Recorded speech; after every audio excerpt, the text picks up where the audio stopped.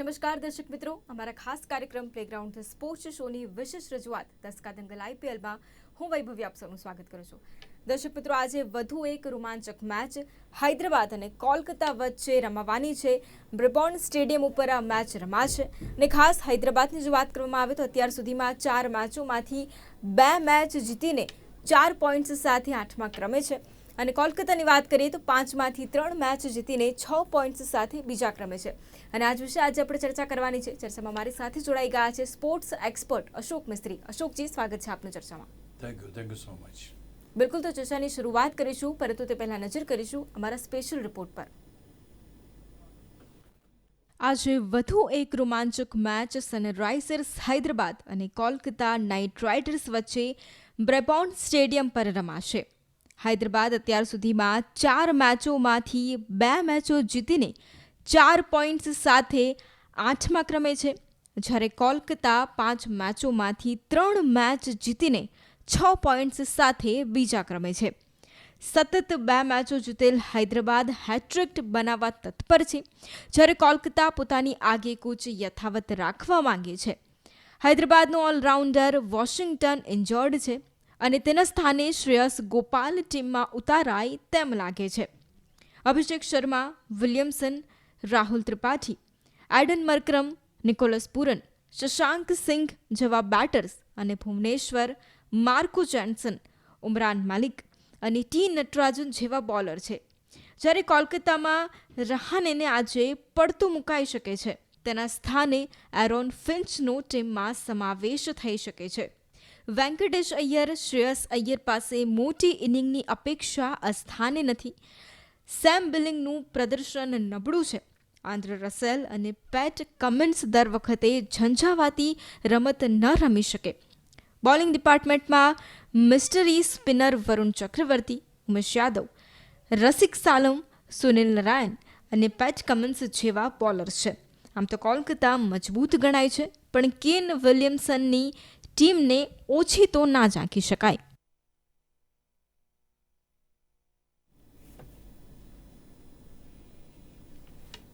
અશોકભાઈ, સૌથી પહેલો સવાલ કે કેવી રહેશે હૈદરાબાદ અને કોલકાતા વચ્ચેની આ મેચ? આમ જોવા જઈએ તો જે મેચો અત્યારે રમાઈ રહી છે, ધારો કે ગઈકાલની મેચ હતી, તો પણ જે 2 ટીમો વચ્ચે ટક્કર હોવી છે, ટક્કરને બદલે એક ટીમ પાણીમાં બેસી જાય અને એક ટીમ રમે, એવી આપણને જોવા મળી છે. લોકોને આઈપીએલની અંદર જે જોઈએ છે એ જોઈએ છે રોમાંચ, એ જોઈએ છે રસાકસી. છેલ્લી ઓવર સુધી મેચ જતી હોય, તમારે રન્સ બનાવવાના હોય, બેટર ટ્રાય કરતા હોય, બોલર યોર્કર્સ ઉપર યોર્કર્સ નાખતા હોય, અને આ પ્રકારની પરિસ્થિતિ ઊભી થાય ત્યારે મેચ જોવાની મજા આવે, જ્યારે બંને ટીમો સરખે સરખી લડતી હોય ત્યારે. ગઈકાલે જે મેચ આપણે જોઈ એમાં પરિસ્થિતિ અલગ હતી. ગુજરાત ટાઇટન્સ બહુ સરસ રમ્યું, તો સામે છેડે રાજસ્થાન જરાય ના રમ્યું. તો અહીંયા આગળ જે અપેક્ષા પ્રેક્ષકો કરી રહ્યા છે, તો મેદાન ઉપર જે જઈ રહ્યા છે અથવા તો ટેલિવિઝન સેટની સામે જે બેઠા છે, એમને એક રોમાંચક મેચની અપેક્ષા ચોક્કસ હોય. આજની મેચ એ રીતે રોમાંચક એટલે છે કે એક તો કેન વિલિયમસન શરૂઆતમાં હાર પછી એમ લાગતું હતું કે કદાચ હૈદરાબાદની ટીમ હવે ફરી બેઠી નહીં થઈ શકે, પણ છેલ્લી બંને મેચો એ લોકો જીતીને ફરી એકવાર કમબેક કર્યું છે અને ક્યાંક એમ કહ્યું છે કે ના, વી આર સ્ટીલ ધેર, અમે પણ અસ્તિત્વમાં છીએ અહીંયા આગળ. તો ક્યાંક ને ક્યાંક એમણે જબરજસ્ત લડત આપીને 2 મેચો પોતાના નામે કરી. કલકત્તાની વાત કરો તો કલકત્તાની અંદર 5માંથી 3 મેચો જીત્યા છે, એટલે ડેફિનેટલી જીતની દ્રષ્ટિએ ટીમ સારી છે કે 5માંથી 3 મેચો જીતેલી છે. અહીં આગળ જોવા જઈએ તો આ ટીમે પણ જે રન ચેઝ કરીને જ મોટાભાગની મેચો જીતી છે. સિમિલર વે હૈદરાબાદમાં છે, હૈદરાબાદે પણ રન ચેઝ કર્યા છે અને કેકેઆરે પણ કર્યા છે. કેકેઆરને 5 વાર એવી તક મળી, જેમાંથી 3 વાર એ લોકો ચેઝ કરીને જીત્યા. એટલે ચેઝ કરીને જીતવાનું કદાચ કેકેઆરને અને હૈદરાબાદ આ બંને ટીમોને ફાવે છે. એટલે એનો અર્થ એ થયો કે આજે એમાંથી એક ટીમને સેટ કરવું પડશે ટાર્ગેટ. એટલે ટાર્ગેટ સેટ કરવા માટે તમારી પાસે sky is the limit. You don't know કે તમે કેટલા ટાર્ગેટ ઉપર સેફ છો. કારણ કે જે રીતે વિસ્ફોટક બેટ્સમેનો તમારી પાસે છે, આંદ્રે રસેલ છે, પેટ કમિન્સે જે રીતે જબરજસ્ત રીતે બેટિંગ કરીને મેચ જીતી ગયા હતા એવા છે, સુનિલ નારાયણ છે, તો આ બધા ખેલાડીઓ તમારી પાસે કલકત્તાની અંદર છે. આ બાજુ તમે જુઓ તો નિકોલસ પુરન છે, માર્કરમ છે, રાહુલ ત્રિપાઠી છે, તો આ બધા બેટ્સમેન છે. એટલે અહીંયા આગળ ચોક્કસ એ જોવું રહેશે કે ટાર્ગેટ કેટલું સેટ કરી શકે છે. અને જેમ ગઈકાલે 190 191નું ટાર્ગેટ આપણે જોયું, આજે હું માનું છું કે એ જ રેન્જ ઉપર ટાર્ગેટ આપણને મળવું જોઈએ. 180થી 190ની આસપાસ થાય તો મેચ રોમાંચક બનશે. અથવા તો કે પછી હવે 150 રન બને ને પછી સામેની ટીમ 150 રન કરી જાય તો એ એટલો રોમાંચ એ મેચમાં રહેતો નથી જ્યાં સુધી રસાકસી ના હોય. મોટું ટાર્ગેટ હોય તો you are going to take some risk, તમારી વિકેટો પડશે, પછી again somebody will come and play some fine inning અને એમાં રોમાંચ વધશે. તો આ બંને ટીમો વચ્ચે અત્યારના તબક્કે જે રીતે એમનો જીતનો રેશિયો છે 4માંથી 2 અને 5માંથી 3, એટલે આ રેશિયો છે એનો અર્થ એ થયો કે બંને ટીમો સારી છે અને મેચ રોમાંચક બનાવી શકે એવી. હવે સૌથી આજે મહત્ત્વની વાત એ રહેશે કે કઈ ટીમ પહેલાં બેટિંગ કરે છે અને એના ઉપર મેચનું ભાવિ નક્કી થશે. પણ એક વાત ચોક્કસ છે, કારણ કે બેના જે પોઈન્ટ્સ છે એ મોર ઓર લેસ સેમ છે. આમાં 5માંથી 3 જીત્યા છે, 4માંથી 2 જીત્યા છે. એટલે આ સમીકરણો 5માં 3 થઈ શકે છે આ બાજુ. તો ક્યાંક ને ક્યાંક સરખી ટીમો મારી દૃષ્ટિએ માનું છું અને એટલા માટે એક મહત્ત્વની મેચ આજે જોવા મળે એવું લાગે છે. બિલકુલ અશોકભાઈ, કોલકાતા 5માંથી 3 મેચ જીતીને 6 પોઈન્ટ્સ સાથે બીજા ક્રમે છે અને હૈદરાબાદની જો વાત કરીએ તો હૈદરાબાદ 8મા ક્રમે છે. કેટલો ફેર પડી શકે છે આ ક્રમથી? બહુ અગત્યની વાત છે કે તમારી પાસે જ્યારે પોઈન્ટ ટેબલ ઉપર તમારું જે સ્થાન હોય છે એ તમારી સફળતાની કે નિષ્ફળતાની પારાશેસી છે. કેટલી મેચોમાંથી કેટલું જીત્યા, કોને તમે હરાયા, કોની સામે જીત્યા, આ બધી જ વસ્તુ ક્યાંક ને ક્યાંક માયને રાખતી હોય અને એના ઉપર પોઈન્ટ ટેબલ ઉપર તમે સફર કરતા હોય. જે ટીમ પોઈન્ટ ટેબલ પર ટોચ પર છે, ગઈકાલે આપણે જોયું કે રાજસ્થાન રોયલ્સ નંબર 1 પર હતી અને ગુજરાત ટાઇટન્સ 5મા ક્રમે કે 4થા ક્રમે હતી. ત્યાંથી સડનલી ગુજરાત ટાઇટન્સ ફર્સ્ટ ઉપર જતી અને પેલી 4થા ક્રમે. તો અહીંયા આગળ જે અત્યારના તબક્કે જે પોઈન્ટ ટેબલ ઉપર ફેર પડે છે અથવા તો ચેન્જીસ થાય છે, that changes is not going to last for more time. કારણ કે 14 મેચો છે એટલે જેવી બીજી ટીમ થોડીક વધારે જીતશે તો એ નંબર 1 પર જતી રહેશે. એટલે અહીંયા એનાથી વિશેષ વાત એ છે કે હૈદરાબાદની ટીમ ગયા વખતે પણ લાસ્ટ રહી હતી, આ વખતે પણ એને શરૂઆત કરી તો હૈદરાબાદની ટીમ છેલ્લે હતી. હવે હૈદરાબાદ સ્ટાર્ટેડ વિનિંગ અને હવે ક્યાંક એવો વિશ્વાસ જતાવવા માગે છે અથવા તો એવું બતાવવા માગે છે વિલિયમસનની ટીમ કે yes we are there in the race અને અમે પણ જીતવા માગીએ છીએ. એટલે અહીંયા આગળ પોઈન્ટના સમીકરણો કરતાં જે તમારી પાસે ઇન્ટેન્શન શું છે એ વધારે માયને રાખે છે. એટલે અહીંયા ઇન્ટેન્શન્સ, હૈદરાબાદના ઇન્ટેન્શન છે કે આપણે કોઈ પણ હિસાબે મેચને જીતીએ. કલકત્તા ઓફકોર્સ એમના પણ ઇન્ટેન્શન જ હોય, પણ આ ટીમ એવી છે કે શરૂઆતની મેચો હારી ગઈ હતી. 2 મેચો શરૂઆતમાં હારી ગઈ તો બધાને લાગ્યું કે ભાઈ ગયા વખતની જેમ છેલ્લા ક્રમે જ રહેશે. પણ then Williamson came back very strongly અને ટીમ જીતી ગઈ. તો ક્યાંક ને ક્યાંક ભલે પહેલીને 8મો કે બીજો ને 8મો ક્રમ હોય પણ ક્યાંક ને ક્યાંક બંનેના જે બેટર્સ અને બોલર્સ છે તો ડેફિનેટલી જીતવાનો ટ્રાય કરશે. આપણે એમ જોઈએ તો ચેન્નઈ સુપર કિંગની ટીમ છેલ્લા ક્રમે હતી, પછી મેચ જીતીને 7મા ક્રમે 8મા ક્રમે આવી, 9મા ક્રમે આવી. તો મુંબઈ ઇન્ડિયન્સ હજુ સુધી નથી જીતી. તો એ લોકો બી જીતી શકે છે અને આવી શકે છે. પણ આ પોઈન્ટ ટેબલ ઉપર જે ફેરફાર આપણને દેખાઈ રહ્યા છે that is very temporary. May be for 1 or 2 matches જેવી એક ટીમનું અપડાઉન થશે તો થિંગ્સ વિલ ચેન્જ ધેર. બિલકુલ અશોકભાઈ, કેન વિલિયમસનની ટીમ સતત 2 મેચો જીતી છે. શું લાગે છે આ વખતે હેટ્રિકની શું અપેક્ષાઓ લાગે છે? એક વસ્તુ તો ચોક્કસ છે કે તમારી પાસે ડિટર્મિન્ડ એફર્ટ્સ ના હોય તો તમે કંઈ કરી ના શકો. કેન વિલિયમસનની આપણે જો હિસ્ટ્રી જોઈએ તો he is one of the most successful captain in T20, one day and test match for New Zealand. અને એને ICCના જે બેસ્ટ કેપ્ટનનો એવોર્ડ પણ ગત વર્ષે તો મળ્યો છે. એટલે ક્યાંક ને ક્યાંક કહી શકાય કે કેન વિલિયમસનની રણનીતિ, ચાણક્ય નીતિ અથવા તો ક્રિકેટની સમજ, રમત અને એને ખેલાડીઓ સાથે શેર કરવાની જે એબિલિટી છે that is top in the world. એમાં કોઈ બેમત હોઈ ન શકે. શરૂઆતમાં એમ લાગ્યું કે ખાલી કેપ્ટનશીપથી કંઈ નહીં ચાલે, somebody will have to lead from the front. પણ છેલ્લી 2 મેચોમાં ઇવન વિલિયમસન હેઝ પ્લેડ વેલ અને હી હેઝ કોન્ટ્રીબ્યુટેડ. એટલા માટે ક્યાંક ને ક્યાંક he has become A inspiring person four other players. જેમ હાર્દિક પંડ્યા ગઈકાલે જોયું કે હાર્દિક પંડ્યા એક રોલ મોડલ બન્યો.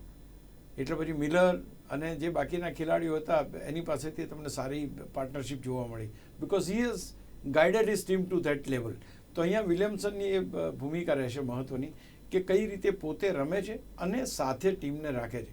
એટલે હું માનું છું કે હવે હૈદરાબાદની એકદમ છેલ્લા ક્રમની ટીમ એવું ગણું, એના કરતાં ત્રીજી મેચ જીતવા માટે સક્ષમ ટીમ એને ગણવી વધારે હું એ કરીશ. કારણ કે કલકત્તાની ટીમ ભલે બધી જ રીતે બહુ સારી છે, વી કેન ડેફિનેટલી સે કે ઇટ ઇઝ ગુડ ટીમ, પણ ક્યાંક ને ક્યાંક પરફોર્મન્સ બેઝ ઉપર તમે જુઓ તો તમને એવો સારો પરફોર્મન્સ અમુક ખેલાડીઓ પાસેથી નથી મળતો કે જે ખેલાડીઓ પાસેથી મળવો જોઈએ.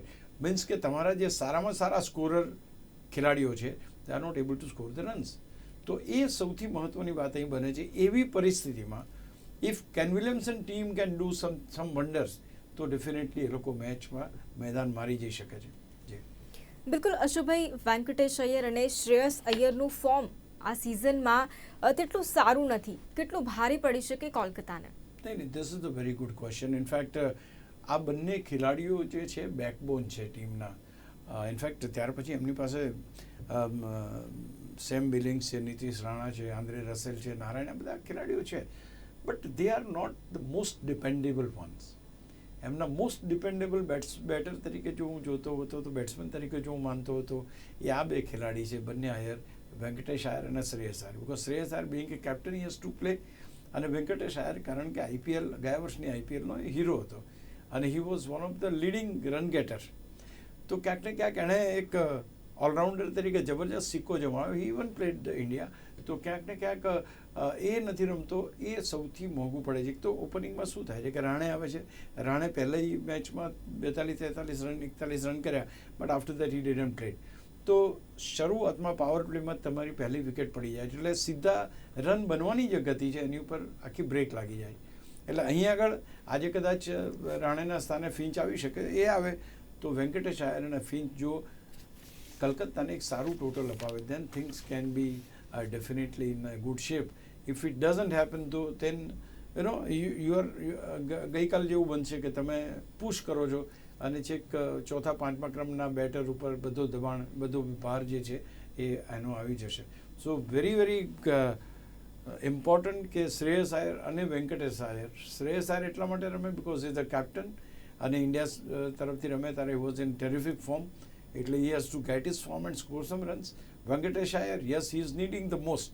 આ ટીમને સૌથી મોટી જરૂર હોય તો એ વેંકટેશ આયરની છે. એની જે રમત છે એ રમતની ચમક ડેફિનેટલી દેખાવી જોઈએ. એટલે what you say is correct. આ બંને ખેલાડીઓ માટે આજે જીતવા માટે રમવું પણ એટલું જ જરૂરી બની જશે. બિલકુલ અશોકભાઈ, અભિષેક વિલિયમસન, રાહુલ ત્રિપાઠી, આર્ક્રમ અને નિકોલસ પુરન, આ બેટર્સની બેટિંગ લાઇનઅપ કેવી છે? બહુ આપણે જ્યારે કોઈ ચર્ચા કરીએ એટલે પહેલા બીજા ખેલાડી, ત્રીજા ચોથા ખેલાડી, પણ આ જે 5 કે 6 જે બેટર્સ હોય એમની ઉપર સમગ્ર ટીમને કેરી ફોરવર્ડ કરવાની જવાબદારી હોય. કારણ કે તમે જ્યાં સુધી એ રીતના ના જાઓ અથવા તો એ રીતે આગળ ના વધો ત્યાં સુધી તમારી ટીમ જીતી શકે નહીં. કોઈ એક વ્યક્તિનો એફર્ટ્સ ના છે. ગયા વખતે અભિષેક, કેન વિલિયમસન અને રાહુલ ત્રિપાઠી આ ત્રણેય ખેલાડી બહુ સરસ રમ્યા અને દેટ વોઝ ધ રીઝન કે ટીમને જીત પણ મળી.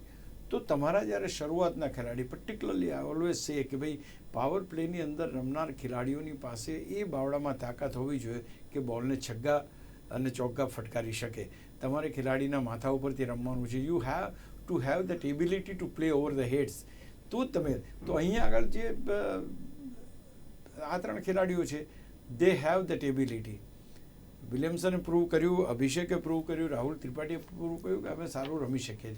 તો 6 ઓવર્સની અંદર જે તમારો સ્કોર છે એ તમને જો સારો મળે તો એની ઉપર બાકીની જે 14 ઓવર છે એ તમે બિલ્ડઅપ કરી શકો. એટલે ઇટ ઇઝ વેરી ઇમ્પોર્ટન્ટ કે અહીંયા આગળ જે આના મુખ્ય 3 ખેલાડી અભિષેક, વિલિયમસન અને રાહુલ ત્રિપાઠી, આ 3 ખેલાડીઓ શાનદાર પ્રદર્શન કરે તો માનું છું કે ઓપનિંગ સારું હોય તો then you have got a Markram, you have got a Nicholas Pooran. આ બધા આક્રમક ખેલાડીઓ છે કે જે શોર્ટ ફોર્મેટની અંદર બહુ જ કામ લાગે છે.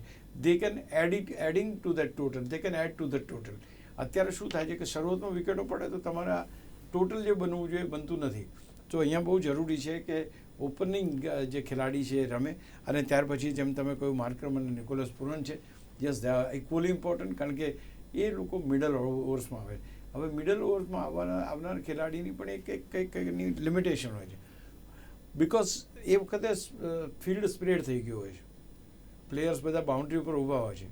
એટ ધેટ ટાઈમ તમારા બાવડામાં એ તાકાત જો કે તમે બાઉન્ડ્રીને કુદાવી દો so that ability has to be there તો એ એક મહત્ત્વની એબિલિટી એ માર્કરમ અને નિકોલસ પૂરન બતાવી શકે એમ છે. એ સિક્સર્સ મેદાનની બહાર ફટકારી શકે છે. એ વખતે તમારે ખાસ જોવું પડશે કે તમારી વિકેટ ના જાય, તમે you are not doing any mistake on the field, કારણ કે ત્યારે તો ફિલ્ડર્સ બધા સ્પિરિડ હોય છે, એટલે તમારા ચોગ્ગા છગ્ગા ઝીલવા માટે તૈયાર જ હોય છે. તો આ એક મહત્ત્વની વસ્તુ છે કે મિડલ ઓવર્સની અંદર તમારી પાસે એવા બેટર્સ હોવા જોઈએ who can go for the shots, skying shots like. બિલકુલ અશોકભાઈ, કોલકાતામાં રહાણેના સ્થાને ફિન્ચ આવી શકે ટીમમાં, પરંતુ પાવર પ્લેમાં સારો સ્કોર કરવો પણ જરૂરી છે. શું કોલકાતા કરી શકશે? બહુ સાચી વાત તમે કરી, કારણ કે power play is the essence of the whole match.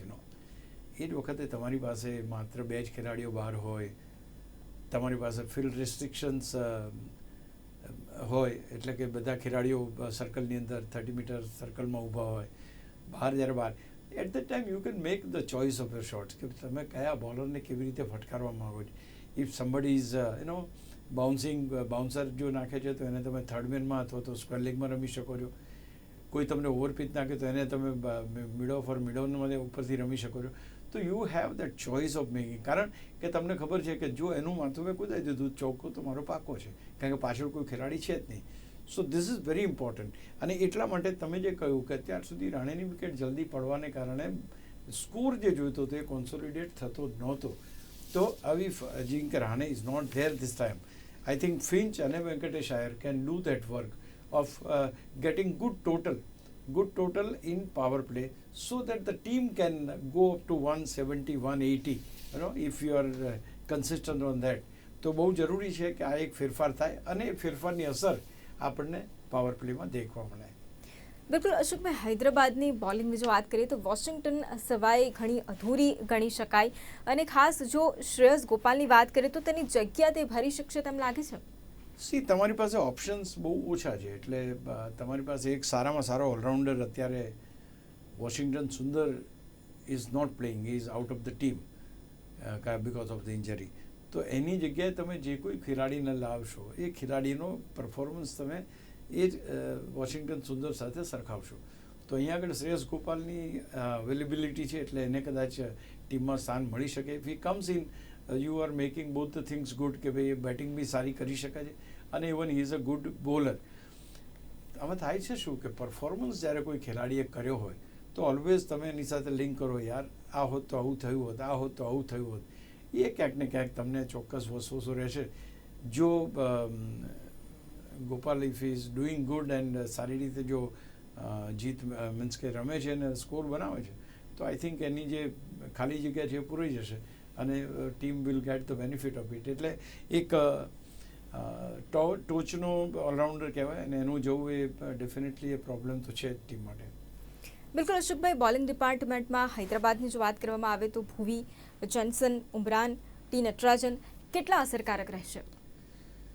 બે વસ્તુ છે. એક તો ભુવનેશ્વર કુમારની આપણે વાત કરીએ. Bhuvneshwar Kumar is the man who can take the wickets on any surface, because he has got that beautiful natural swing.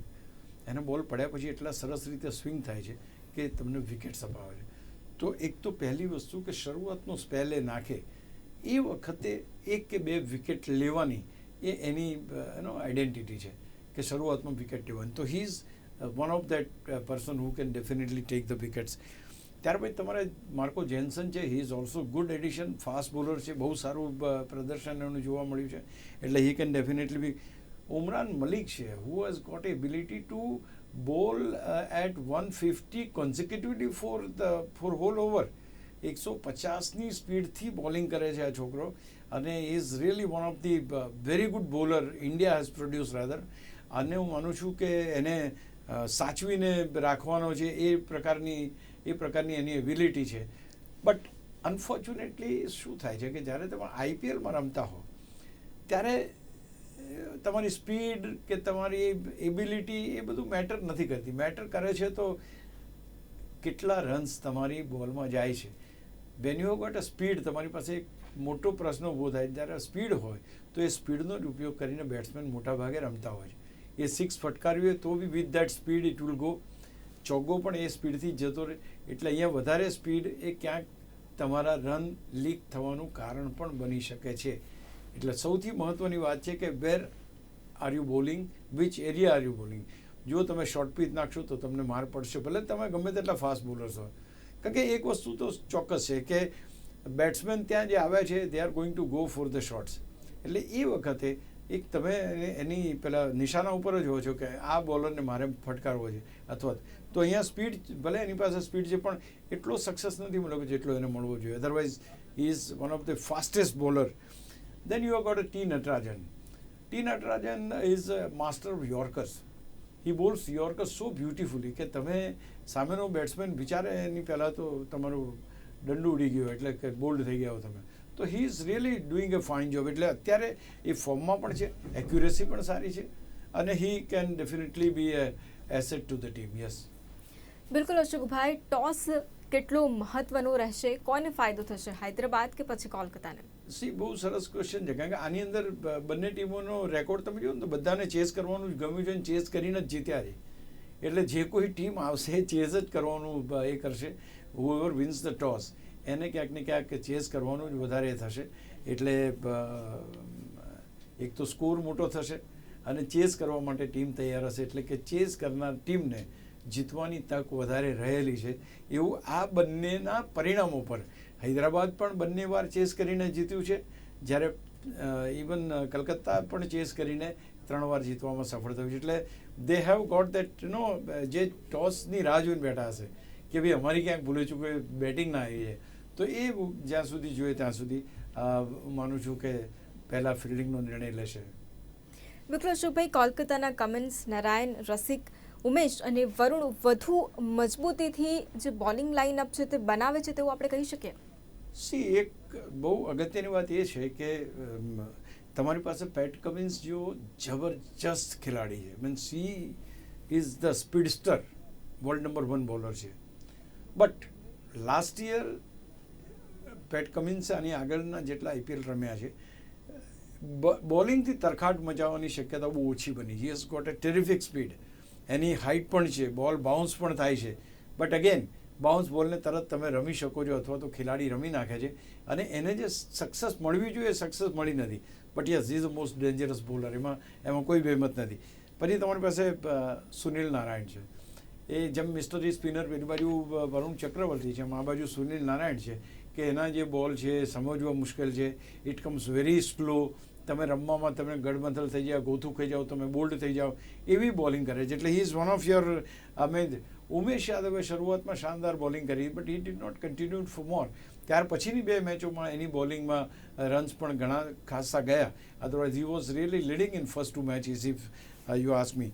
અને ત્યાર પછી તમારી પાસે પેટ કમિન્સની આપણે વાત કરીએ અને Andrei Russell. Now this all-rounder is always, bowling હોય કે batting હોય, is always going to play his part the way, એને એક જબરજસ્ત છગ્ગા ચોગ્ગા, હમણાં 2 મેચો જે જીત્યા છે, પેટ કમિન્સે જે છગ્ગા ચોગ્ગા મારીને જીતાડી એ મેચ અને આંદ્રે રસેલે જે જીતાડી એ મેચ, આ બંને મેચો જોરદાર હતી ને એ આવી રીતના ચોગ્ગા ચોગ્ગાથી now is a good bowler also. એટલે એક ઓલરાઉન્ડર તરીકે તમને ટીમમાં ચોક્કસ એ તમને સફળતા અપાવશે. બિલકુલ, તો ખાસ હૈદરાબાદ અને કોલકાતા વચ્ચે આજે જે મેચ રમાવાની છે તે વિશે આજે આપણે વિશેષ ચર્ચા કરી. ચર્ચામાં અશોકભાઈ અમારી સાથે આપ જોડાયા તે બદલ આપનો આભાર. તો બિલકુલથી દર્શક મિત્રો, અમારા ખાસ કાર્યક્રમ પ્લેગ્રાઉન્ડ સ્પોર્ટ્સ શોની વિશેષ રજૂઆત દસકા દંગલ આઈપીએલમાં હાલ બસ આટલું જ. આવતીકાલે સવારે 9:30 કલાકે ફરી મળીશું. ત્યાં સુધી રજા આપશો. નમસ્કાર.